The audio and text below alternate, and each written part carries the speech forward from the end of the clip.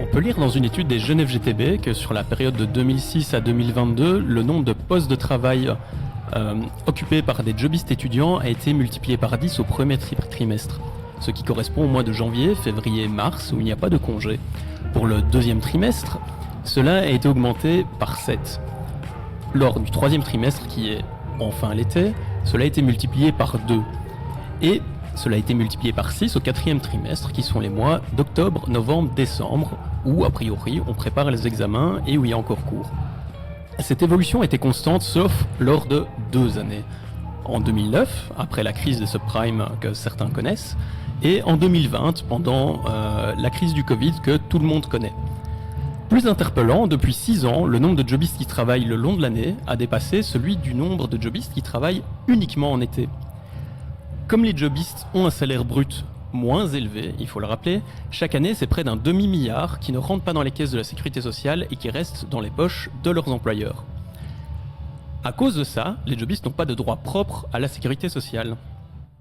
Bien avant les accords d'été de l'Arizona qui ont été conclus sur le dos des travailleurs et des plus faibles, l'Arizona a décidé de faire une loi flexibilisant à nouveau le travail des jobistes, ce qui leur permet de travailler jusqu'à 650 heures l'année, soit l'équivalent d'un tiers-temps.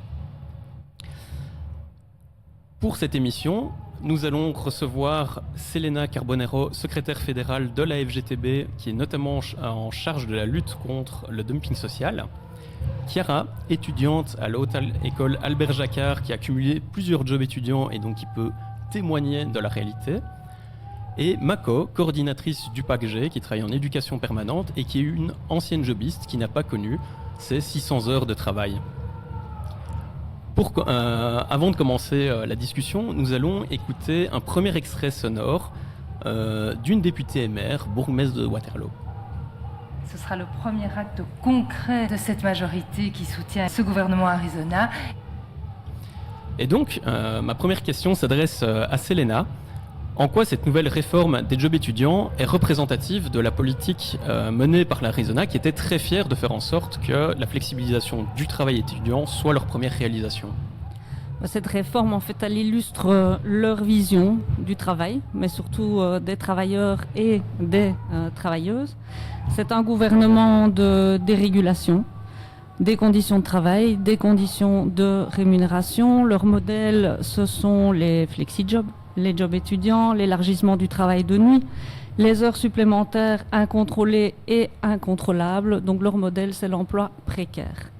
Ce qui est confirmé aussi par la réduction de la protection contre le licenciement. On rappellera que ce sera 1 semaine contre 5 aujourd'hui pour les anciennetés jusqu'à 6 mois, ce qui va toucher beaucoup de jeunes. Le blocage des salaires ou encore la limitation des allocations de chômage à 1 an, ce qui veut dire que les travailleurs et les travailleuses vont être pris en tenaille entre ces différentes mesures, contraints d'accepter en fait des conditions de travail de merde pour pour pouvoir en fait avoir un boulot ou tout simplement ne pas le perdre. Donc en fait, leur vision elle est très loin de la modernité. On est clairement face à un gouvernement de régression sociale. Et Chiara, on pouvait entendre en commission Florence Reuter dire que les étudiants réclamaient travailler 600 heures. Ils ont notamment mis en avant une pétition qui a récolté à peu près 2000 signatures. Est-ce que tu es heureuse que le statut de jobiste ait été prioritaire pour l'Arizona?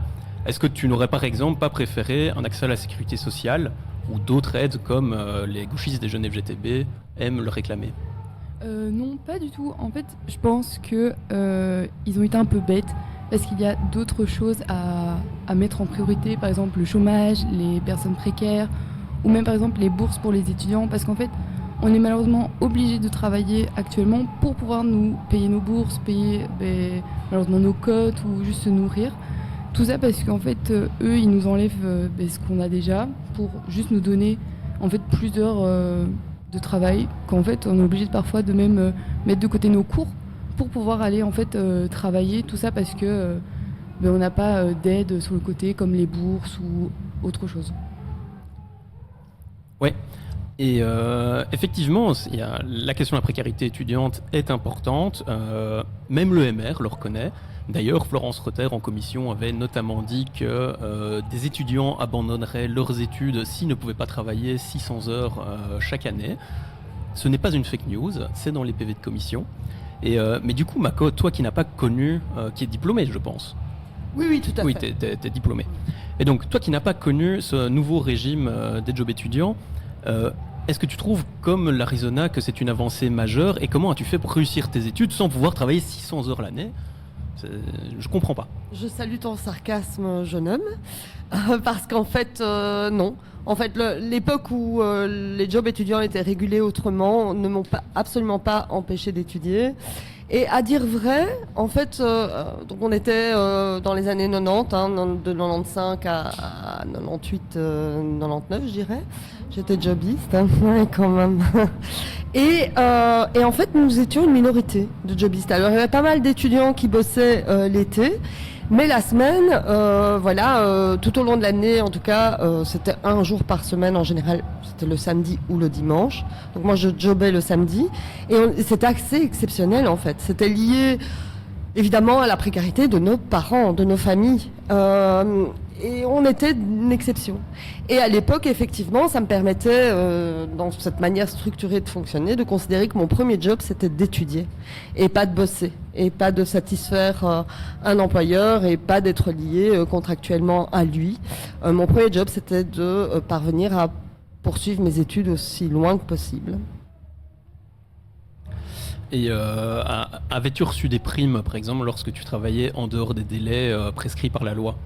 Totalement. Alors, je me souviens très bien d'une année où on m'a demandé, en y mettant les formes, et mon employeur m'a demandé la faveur de bosser pour lui, pour remplacer deux vendeuses qui étaient malades, puisque je travaillais dans le secteur de la boucherie-charcuterie, dans une chaîne de boucherie-charcuterie que je ne citerai pas, mais où j'ai vécu une expérience assez extraordinaire. J'ai beaucoup appris là-bas. Mais donc, pour remplacer ces deux vendeuses, on m'a demandé de faire des extras. Et ça s'est traduit financièrement par 500 € de prime à l'époque. Et 500 € fin des années 90, c'était assez énorme. Et par ailleurs, j'avais conscience que c'était tout à fait exceptionnel. Donc, une fois que les vendeuses revenaient de leur période d'incapacité de travail, place à elles et priorité à elles, ce qui évitait en fait cette espèce de mise en concurrence, de mise en compétition entre les travailleuses. Et qui garantissait aussi une relation très saine entre nous et une relation très saine entre moi et ma vie étudiante, moi et ma vie sociale, moi et ma vie de famille et moi et ma vie de jobiste. Mais au-delà de l'argent et de la précarité, nous allons écouter les arguments d'Isabelle Ancet, députée engagée, qui a défendu ardemment ce changement de loi. Alors soyons clairs, nous ne nions ni l'importance de lutter contre les abus, ni l'importance de faire en sorte que chaque étudiant puisse se concentrer sur ses études grâce aux aides et bourses existantes. C'est des thématiques sur lesquelles nous travaillons dans les entités fédérées. Mais nous voyons avant tout le job étudiant pour ce qu'il est, une très belle opportunité. Une opportunité pour les jeunes de découvrir le monde du travail, d'expérimenter des métiers, de développer des compétences transversales, ce qu'on appelle aussi les soft skills, et de se responsabiliser. Une opportunité aussi pour les travailleurs qui peuvent prendre des congés en toute sérénité, sachant que leur poste sera temporairement repris par des étudiants. En définitive, nous défendons une vision positive du travail. Pour les engagés, le travail est une opportunité et non une punition. Nous faisons le choix de la confiance et de la responsabilité. Nous faisons le choix d'encourager l'émancipation des jeunes plutôt que de les enfermer dans un carcan rigide et dogmatique. C'est pourquoi nous voterons avec enthousiasme ce texte qui apporte du bon sens, de la clarté et des perspectives pour notre jeunesse et nos entreprises. Je vous remercie. Je reviens vers toi, Mako. On vient d'entendre Madame Ancet exprimer son avis sur les belles opportunités que sont les jobs étudiants. Mais est-ce qu'à l'époque, tu n'étais pas un peu irresponsable puisque tu n'avais pas accès à autant de travail, autant d'opportunités à cause du cadre rigide qui t'a été imposé? Comment as-tu fait pour devenir responsable? Je resalue le sarcasme, jeune homme. Alors, en fait, C'est vrai, en partie que mon expérience en tant que jobiste m'a énormément apporté humainement parlant, parce que sur le lieu où je travaillais, j'ai eu l'occasion d'expérimenter des relations humaines et c'était vraiment chouette. Mais d'un autre côté, non, il n'y a pas à fabriquer des petits soldats.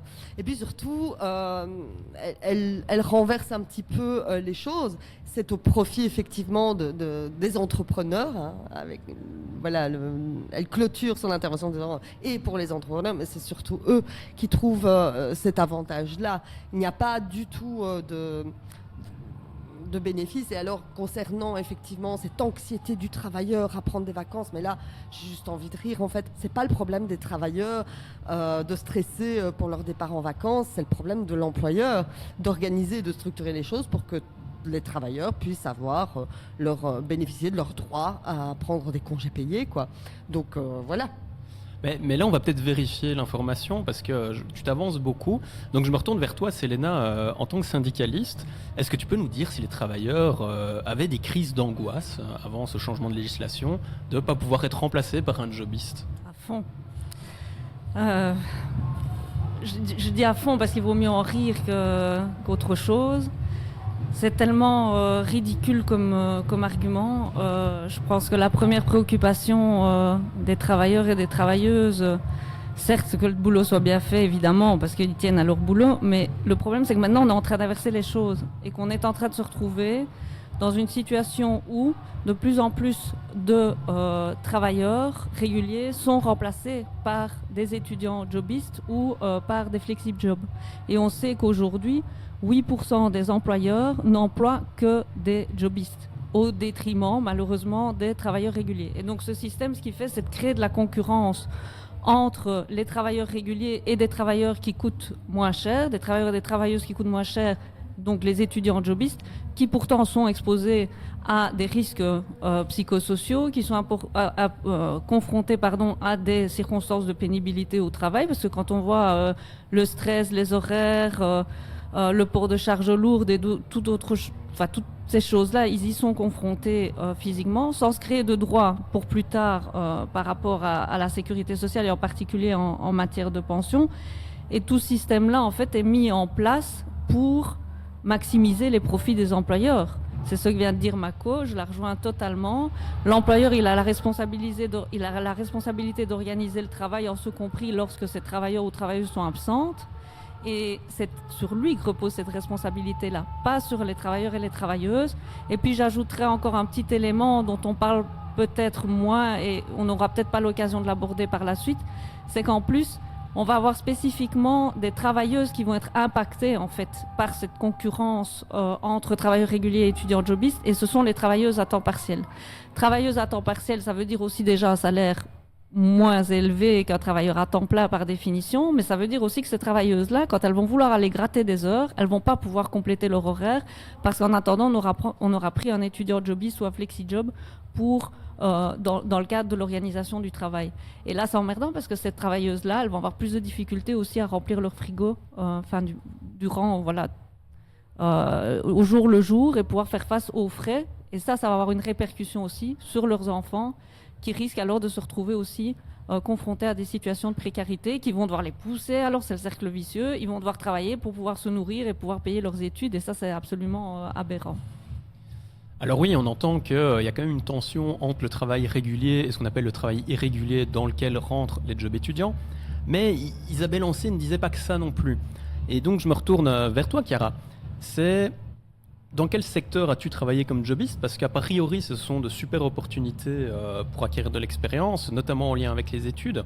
Et donc, est-ce que tes expériences de travail, peux-tu citer les secteurs, et est-ce que ces expériences ont effectivement un lien avec le bachelier que tu viens de terminer avec brio ? Il faut savoir que j'ai fait un bachelier en relations publiques et mes jobs étudiants n'ont vraiment rien à voir avec ça. J'ai été babysitter, j'ai été aide-secrétaire dans un laboratoire, j'ai été vendeuse. Du coup, vraiment, je pense que ça n'a strictement rien à voir avec mon opportunité, je veux dire, dans mon futur job. Mais c'est surtout que ça a été parfois des travails lourds, parce que du coup, des fois, on nous demande de porter des charges assez lourdes en fait. Par exemple, des tonnes de vêtements où on nous dit ah mais il y a des petits chariots comme ça, mais personne ne les utilise parce que ça prend trop de temps de prendre les chariots. Du coup, ils demandent d'être rapide, de faire attention, mais en même temps, t'as pas vraiment le temps d'aller chercher le chariot qui pourrait vous aider. Du coup, je sais pas, c'est un peu compliqué tout ça. Et, mais en termes, donc ce qu'ils vont appeler les soft skills, donc ça c'est souvent les fédérations patronales et les partis de droite qui en parlent. Est-ce que par exemple tu as appris la discipline dans ton travail étudiant ou à te taire? Pas du tout, j'ai surtout appris à survivre, à rentrer chez moi, à aller vite me laver parce que je suis rentrée à 21h, parce qu'on me demandait de faire 1 heure en plus parce qu'il manquait un employé, parce que il y avait des clients qui avaient été odieux. Enfin, j'ai pas vraiment... Oui, j'ai appris à plier des vêtements. Waouh, merci maman, elle me l'avait appris avant. Enfin, j'ai pas vraiment appris grand-chose. Peut-être un côté humain, je vais dire, mais pas vraiment. Oui, effectivement, être au contact d'autres travailleurs, et je crois que tout le monde autour des micros ici va être d'accord de dire que ce qu'apporte au fait le travail, c'est avant tout un contact humain avec des collègues. Mais peut-être que tous ces apprentissages ont pu t'aider pour mieux réussir ton bachelier? Non, même pas, parce que du coup, moi, je suis dans un bachelier en relations publiques. Du coup, les relations avec les gens, je l'ai appris à l'école et même dans la vie de tous les jours, on l'apprend. Je pense pas que c'est quelque chose qu'on apprend avec les jobs étudiants. Je pense vraiment que les jobs étudiants, ça sert vraiment à récolter son argent pour pouvoir nous subvenir à nos besoins, pas vraiment à nous développer des soft skills. Et en parlant d'argent, nous allons écouter le 3e sonore. Je vais faire revenir Florence Reuter qui parle d'argent des travailleurs. Et donc aujourd'hui, on ne les oblige pas à travailler 650 heures. On ne les oblige pas et ça ne nous regarde pas de savoir ce qu'ils vont faire avec leur argent, apprendre à gérer leur budget, d'apprendre à gérer leurs études, d'apprendre à travailler, à dire oui à un employeur, mais aussi à dire non parce que non, ce soir-là, j'ai trop de boulot, parce que j'ai un examen le lendemain, parce qu'ils ont besoin d'argent de poche, parce que leurs parents, ils arrivent peut-être à financer une partie des études, mais pas tout. Mais ça ne nous regarde pas. Voilà, donc je tiens quand même à rappeler que tout ceci n'a pas été produit par intelligence artificielle et que vous pouvez retrouver l'intégrale de ces extraits sonores en vidéo sur le site de la Chambre. Mais du coup, je reviens vers toi, Chiara. Est-ce que tu rejoins l'avis de Florence Reuter sur le fait que rien ne t'oblige à travailler ou que rien n'oblige dans l'absolu les étudiants à travailler? Alors je ris un peu parce que certes rien ne nous l'oblige, mais malheureusement certains étudiants n'ont pas le choix en fait d'aller travailler pour subvenir à leurs besoins. Certains étudiants, ils ont des parents malheureusement pauvres, dans la précarité, qui n'ont pas la chance d'avoir des parents derrière eux à payer leurs études, à payer leurs vêtements, leurs sorties ou que sais-je. Du coup, malheureusement, on se retrouve avec des étudiants qui n'ont pas d'argent ou sur le côté ou d'argent tel quel. Ils sont obligés d'aller chercher des jobs étudiants où leurs employeurs, comme ils disent, on leur dit « Ah, t'es pas obligé de faire quoi que ce soit ?» En fait, si, t'es obligé parce que généralement, on te vire directement quand tu dis non. Moi, j'ai eu le cas avec un de mes employeurs. Je devais obligatoirement travailler un jour semaine et un jour le week-end. Et moi, pendant mes examens, c'était pas possible. Moi, la semaine, c'était consacré à mes examens. Et le week-end, oui, je peux venir le samedi, mais peut-être 6 heures maximum. Et il m'avait dit, non, c'est pas possible, tu viens un jour dans la semaine, je m'en fous, tu viens quand tu veux, mais t'es obligé de venir, sinon tu t'en vas. Et je suis en mode, mais non, je passe mes examens d'abord. Pour moi, c'est l'école d'abord avant les jobs étudiants, mais malheureusement, sans les jobs étudiants, j'ai pas accès à l'école. Alors oui, il y a une contrainte de la pauvreté, donc les paroles de Florence Reuter s'inscrivent dans une commission sociale, on tient quand même à le préciser. Et je me retourne vers toi, Selena, est-ce qu'on ne devrait pas revaloriser le salaire des travailleurs réguliers, des parents de ces jobistes, pour justement leur permettre de subvenir eux-mêmes aux besoins de leurs enfants, plutôt que créer des sous-statuts de travail comme celui des jobs étudiants ou même les flexi-jobs? Alors clairement, donc pour faire bref, mais je vais quand même un peu développer, je vous rassure. Déjà, dans cette déclaration de Florence Reuter, qui est coutumière, je vais dire, de la droite, et de plus en plus aussi des centristes qui n'ont jamais très bien su où se situer, mais qui sont quand même de plus en plus à droite et qui ont déplacé aussi le curseur politique à droite, la logique, c'est la responsabilité individuelle. C'est pour ça qu'elle dit que ça ne les regarde pas. Sauf que, comme tu le disais, elle est membre de la commission sociale de la Chambre et que nos responsables politiques doivent aussi envisager les responsabilités collectives qui amènent à ce que les personnes posent un certain nombre de choix. Quand on voit qu'il y a beaucoup de travailleuses qui travaillent à temps partiel, c'est parce qu'il y a un manque de structure d'accueil des personnes dépendantes et que ça retombe encore trop souvent sur elles, pour parler d'un autre sujet, la prise en charge des personnes dépendantes. Si les étudiants jobistes, en théorie, comme Chiara l'a dit, ne doivent pas travailler ou ne sont pas obligés de travailler, le fait est que pour les jeunes qui sont confrontés à des situations de précarité et qui sont dans des situations financières difficiles, pour 90% d'entre eux, c'est une nécessité. Donc ils sont obligés, pour pouvoir remplir leur frigo, pour pouvoir payer leurs études et pour pouvoir aussi venir en aide à leur propre famille. Et donc, c'est complètement éludé une part de la responsabilité qu'ont les responsables politiques dans les décisions qu'ils veulent prendre et dans les lignes politiques qu'ils tirent pour organiser le vivre ensemble et organiser notre société.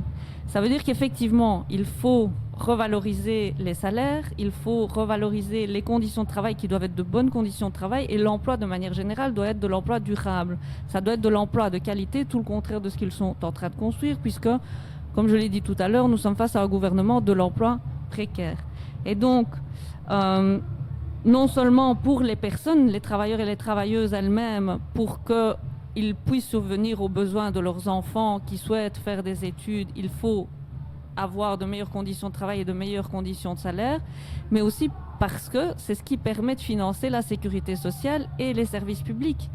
Et donc, via les cotisations qui sont versées via nos salaires et via l'impôt, parce que la fiscalité, ça sert à financer les services publics, et donc ça sert aussi à financer l'enseignement.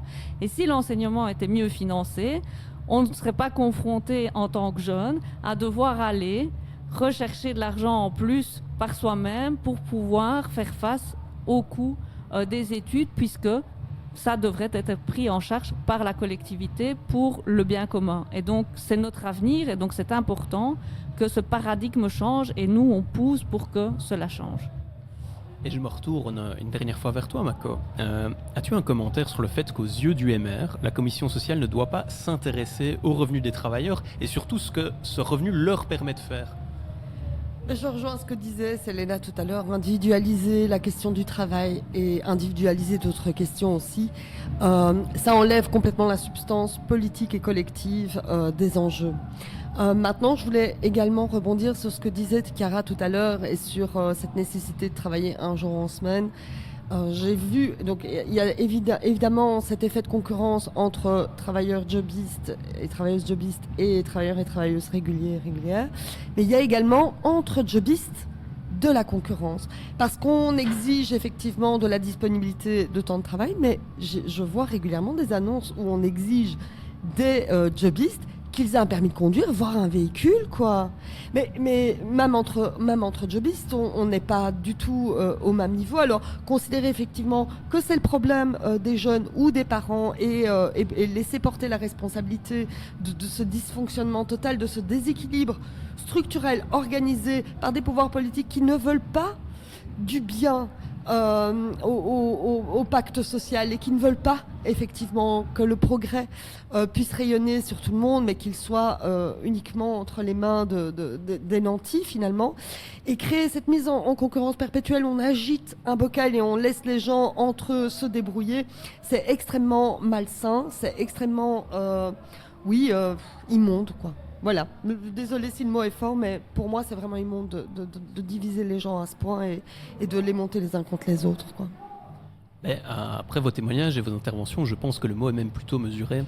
Je tiens à vous remercier pour votre participation à cette émission. Donc nous arrivons sur la fin de cette émission. Évidemment bien trop courte, on pourrait parler des heures sur l'injustice au travail, l'évolution des jobs étudiants. Il y a une étude complète des jeunes FGTB que vous pourrez retrouver sur leur site et sur le site de la FGTB Wallonne. Mais je crois que tu voulais intervenir une dernière fois. De dire, pardon, je crois qu'on ne m'entendait pas bien, donc j'ai surtout envie de rappeler 2 rendez-vous. Je ne sais pas si tu allais le faire, donc désolé si je te coupe l'herbe sous le pied, mais voilà, par acquis de conscience, je pense que c'est important que je le fasse. 2 rendez-vous, si vous n'êtes pas d'accord avec ce que ces gouvernements, que ce soit au niveau wallon, au niveau fédéral, sont en train de construire cette régression sociale qu'ils sont en train de mettre en place. On vous donne rendez-vous le 24 septembre dans les rues de Namur et on vous donne rendez-vous le 14 octobre dans les rues de Bruxelles pour poursuivre la mobilisation contre ce gouvernement, tant au niveau wallon qu'au niveau fédéral. Syndiquez-vous.